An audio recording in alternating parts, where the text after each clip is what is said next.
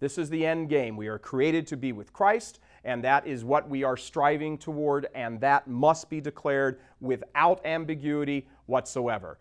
Eternity hangs in the balance in this life. One area in which a marker needs to be thrown down forcefully is the area of belief, of faith, of what we mean by belief and faith. You know, every rational human believes.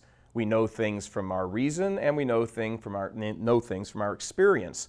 We know things ultimately through our intellect. That's why we have them.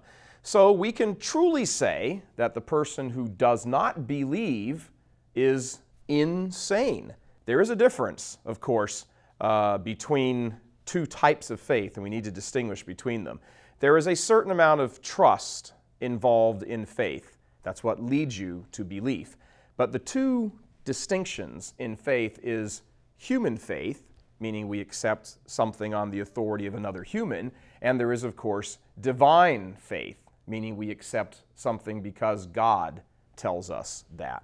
We have to be able to accept things when God tells them to us.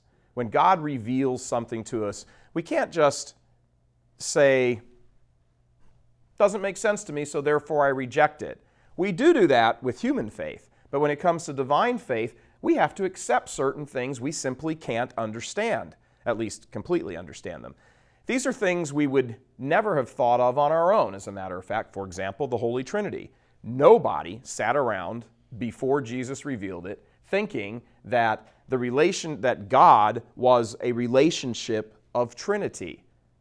Nobody ever envisioned that. So now, after God has revealed it, we're going, Trinity? What? Okay, well, I'll accept it because you said it, God. That's faith. But when it comes to God, everything about us must change when we talk about faith, when we talk about belief.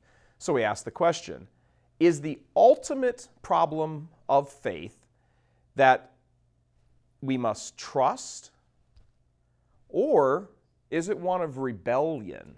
No one can deny that today there is a crisis of faith in the church. That is what the crisis is about. It is a crisis of faith.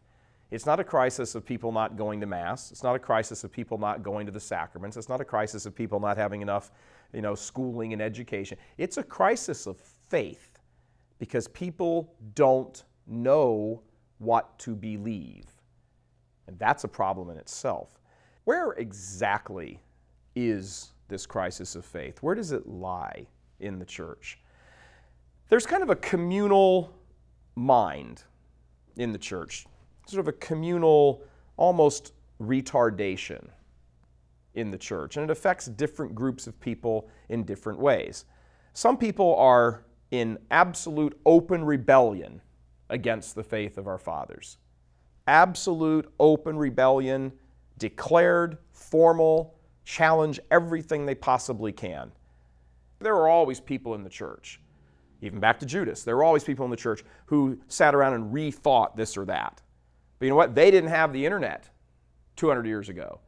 They didn't have publishing 500 years ago to be able to spread everything they thought far and wide. They didn't have an electronic media that are virtually the sworn enemies of the church to spread their message far and wide.